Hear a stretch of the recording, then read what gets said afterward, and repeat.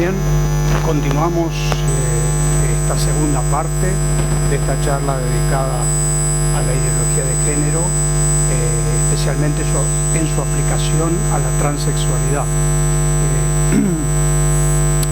porque ya explicamos en la primera parte en qué consiste las características de la ideología de género.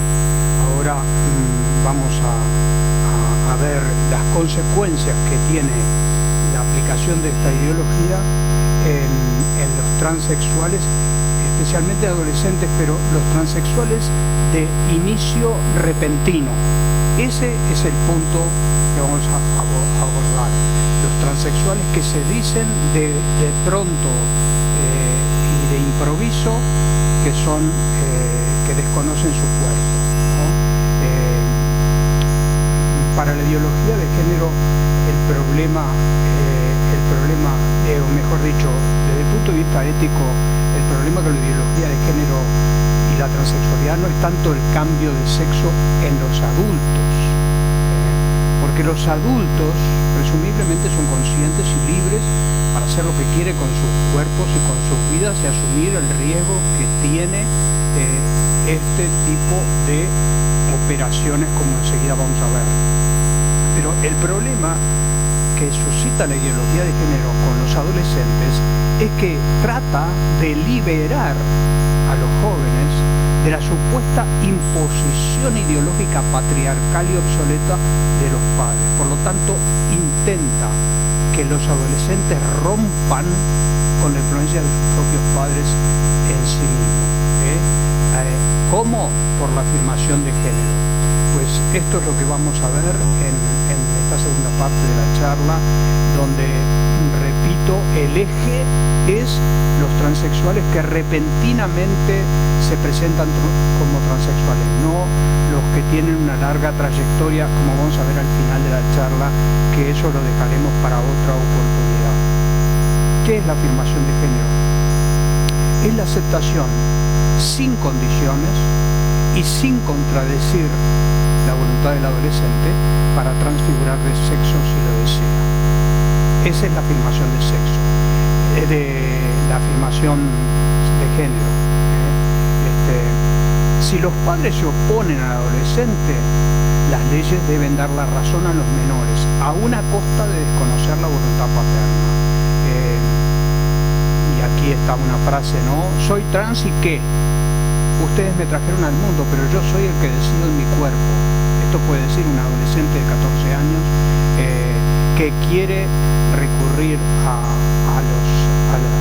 la hormonización más o menos temprana, porque se piensa que está en un cuerpo equivocado, siente que está en un cuerpo equivocado desde el punto de vista subjetivo, y la adolescencia es una etapa de turbulencia, de inseguridad, de falta de identidad.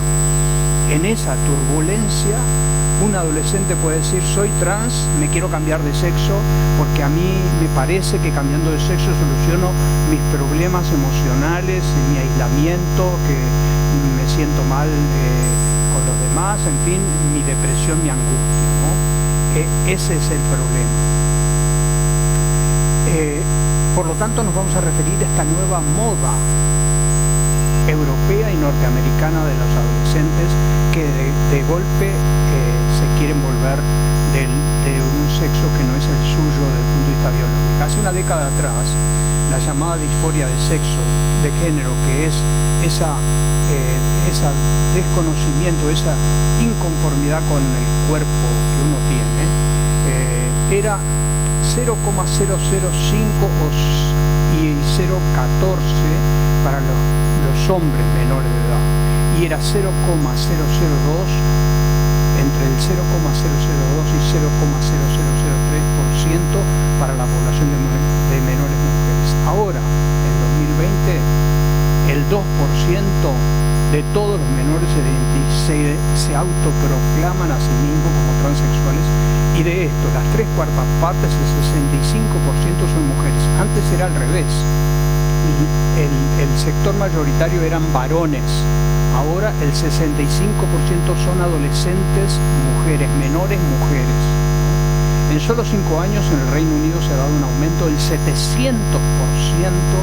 de los menores derivados a las clínicas de género para evaluar la posibilidad de cambiarles la apariencia sexual, ¿no? 700%. Por eso decimos que es una moda, porque de pronto resulta que Europa se ha llenado de transexuales o de adolescentes que dicen querer ser transexuales. En otros países el incremento ha sido entre 1000 y 4000%, como en algunos lugares de España. Antes, quienes salían del armario, así se llamaba los que se auto identificaban, empezaban a identificarse como homosexuales, lo hacían como gays o como lesbianas. Ahora los menores de improviso salen del armario, pero directamente como vocacionales a la transexualidad. Ser lesbiana y ser gay entre los adolescentes europeos y norteamericanos, entre ciertos sectores, ¿no? Entre el 2%, es menos popular que ser trans. Se calcula, eso ya lo dije en la primera parte de la charla, que el 80% de los menores diagnosticados como disconformes con su sexo o identificados como disforia de género dejan de experimentar ese problema una vez que han superado la pubertad. Yo les decía recién, la pubertad, digamos, la adolescencia es una etapa de turbulencia, una turbulencia llena de inseguridades, llena de falta de identificación, y en ese momento empiezan todas las fantasías: si yo me hago trans soluciono los problemas, de que me siento aislado, aislada, en fin, todo lo que sea, y entonces me tengo que hacer trans. Voy a probar con eso de ser trans porque mi amiga o mi amigo se hicieron, etcétera, etcétera, ¿no?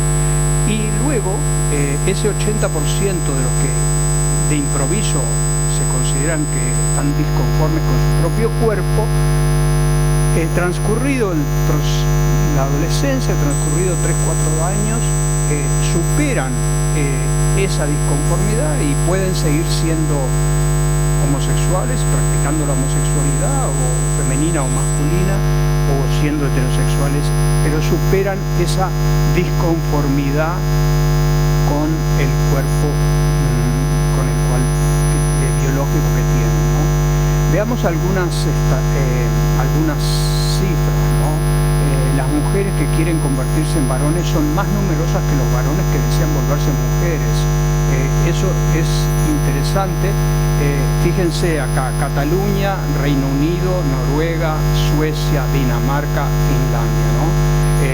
El azul oscuro son las mujeres, el celestito son los hombres. Fíjense, en Cataluña, hombres, mujeres y hombres. Reino Unido, mujeres y hombres. Noruega, mujeres y hombres. Suecia, mujeres y hombres. Dinamarca, mujeres y hombres. Finlandia, mujeres y hombres. ¿Esto tiene que ver con la psicología femenina?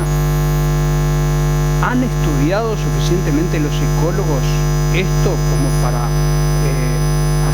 seguir aplicando ingenuamente la afirmación de género? Decir, bueno, si quiere hacerse transexuales hay que darles la razón porque solamente los adolescentes saben lo que sienten. ¿Es así? Y entonces empezamos la hormonización tomando medidas que en algunos casos son irreversibles. En España, la evolución de adolescentes que solicitan transfigurarse entre 14 y 17 años y 9 y 13 años. Fíjense, 9 y 13 años cómo ha ido aumentando, y de 14 a 17 cómo ha ido aumentando 2013 al 2021. Y en el Reino Unido, los adolescentes, en conjunto, hombres y mujeres, que son enviados a la Policlínica de Género desde 2009 al 2020 para ser transfigurados sexualmente, crece así. En algunos lados, como yo les dije, en el Reino Unido aumentó un 700%, en otros casos 1000 o 4000%. Pues bien, las preferencias sexuales y estéticas pueden ser sorprendentes. Vean este es un hombre británico que no solamente se sentía que su cuerpo masculino no era el que él quería, biología, sino que además quiso cambiarse de aspecto étnico, quiso convertirse en coreana y por lo tanto se hizo una cantidad de operaciones quirúrgicas para volverse no solamente femenina, sino que volverse coreana. Hay personas, y eso es un síndrome psiquiátrico, que quieren volverse minusválidos, es decir, que piden que se les ampute una pierna o un brazo, o piden quitarse los ojos. Eso se llama la transcapacidad. O personas de 40 años que quieren actuar como de 12 años y se comportan así. Todo esto son preferencias, pero preferencias que uno no puede decir que sean normales, ¿verdad? Ahora, la transexualidad, cambiarse de apariencia sexual, eso sí, de acuerdo a la ideología de género, es completamente normal. Pero querer amputarse un sexo, una pierna o un brazo, parecería, porque eso es disconformidad también con el cuerpo, eso sería anormal. Entonces, ¿cuál es la diferencia entre cambiarse de sexo y amputarse una pierna, volverse minusválido como piden algunos? O esta, que no solamente quiere volverse transexual del otro sexo, o sea, volverse mujer, sino que quiere volverse coreana. Fíjense la cara, ella después se arrepintió, pero ya era tarde. Las 15 operaciones que se hizo habían dejado rasgos irreversibles en su apariencia física. Los trastornos biomédicos consiguientes al cambio de la apariencia sexual. Vamos a ver ahora una serie de datos que tiene que ver con los trastornos biomédicos consiguientes a al cambio de apariencia sexual. Primero, nos vamos a referir a la supresión de la pubertad. Para poder cambiarse de sexo o de apariencia sexual, porque el sexo sigue siendo el mismo biológico, los cromosomas no se pueden cambiar, los genes no se pueden cambiar, pero la apariencia sexual sí se puede cambiar. Entonces es necesario la supresión de la pubertad.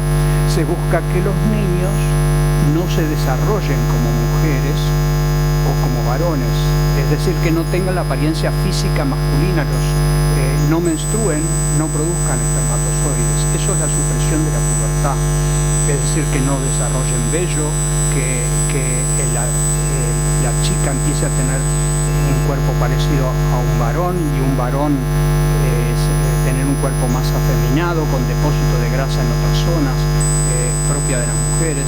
Para eso se utilizan los bloqueadores de la pubertad. Los bloqueadores de la pubertad no son sustancias inocuas, ¿no? Disminuyen la densidad sexual ósea normal, a largo plazo produce osteoporosis, tiene interferencia en la maduración cerebral. Cada sexo tiene una maduración cerebral específica. Entonces los bloqueadores de la pubertad hacen que la maduración cerebral propia del sexo biológico no se haga, con consecuencias que todavía la ciencia no la conoce. La conectividad cerebral está comandada de forma diferente por las hormonas sexuales, por los estrógenos o por los andrógenos, y por lo tanto se afecta también el funcionamiento cerebral, ¿no? Los bloqueadores de la pubertad inhiben la función sexual propia de cada sexo, la producción de esperma, la ovulación, el desarrollo de glándulas mamarias. Y los órganos sexuales no alcanzan el desarrollo adulto. Las niñas empiezan también a tener trastornos vaginales como consecuencia por atrofia de la vagina, etc., ¿no? Como consecuencia de los bloqueadores de la pubertad. Además de suprimir la pubertad, ese desarrollo propio de los adolescentes, las chicas empiezan a crecerle las mamas, los varones empiezan a crecerle pelos en el cuerpo, sobre todo en las zonas genitales, en fin, se agranda el pene, todo eso, todos esos síntomas secundarios propios de cada sexo biológico se suprimen con los bloqueadores de la pubertad, que son sustancias químicas específicas para eso. Pero a eso pueden empezar con la hormonización cruzada.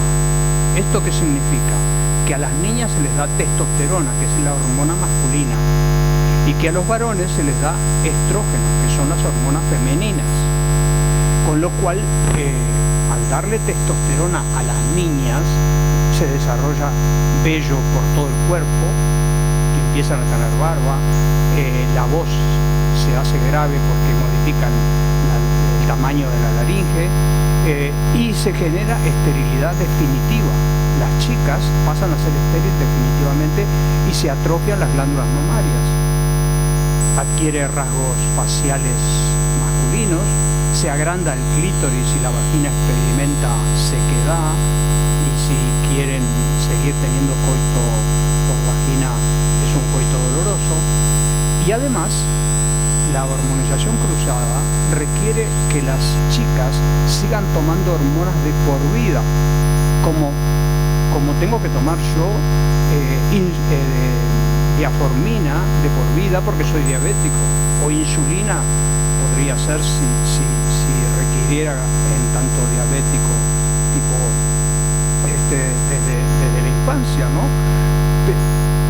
Estas niñas que tenían un cuerpo sano, que no requerían tomar hormonas, a partir de ahí tienen que seguir tomando, se vuelven adictas a las hormonas el resto de la vida, a razón de unos $1000 por año, que es lo que cuestan más o menos. Además, el tomar testosterona genera en las niñas, aumenta el riesgo de problemas cardiovasculares, infarto, derrame cerebral, diabetes, y es frecuente que las niñas empiecen a tener el humor violento y agresivo que es propio de la personalidad de los varones. ¿Y qué pasa con los varones? Bueno, los varones pierden el vello, se atrofian los testículos, también se genera esterilidad definitiva como en las niñas, se producen micropalsificaciones testiculares, se incrementa espectacularmente la depresión, la ansiedad, la labilidad emocional. El 45% de los adolescentes varones sufren depresión y el 26% intento de suicidio. Y también los varones que toman estrógenos tienen que seguir tomando estrógenos para el resto de su vida si quieren mantener los rasgos femeninos que han elegido con el cambio de apariencia sexual. Esto es la hormonización cruzada. Puede darse un paso más, que es introducir la cirugía. Dijimos, primer paso es supresión de la pubertad, segundo paso la hormonización cruzada, tercer paso, que no todos lo dan, pero que algunos sí, es el recurrir a la cirugía para terminar de darle una apariencia genital acorde con el sexo, con el género nuevo que se ha elegido, ¿no? Y ahí la faloplastia, o fabricación de un pene artificial, a la cual hay que agregar la bomba hidráulica para que ese pene artificial que se le pone pueda erectarse, ¿no? Dos opciones para la faloplastia: o se forma un cilindro con piel del antebrazo o del muslo. El cilindro peneano fabricado tiene más sensibilidad, pero es una opción más costosa y dolorosa si se hace del antebrazo o del muslo. O también se forma el cilindro con un colgajo del abdomen debajo del ombligo. Esta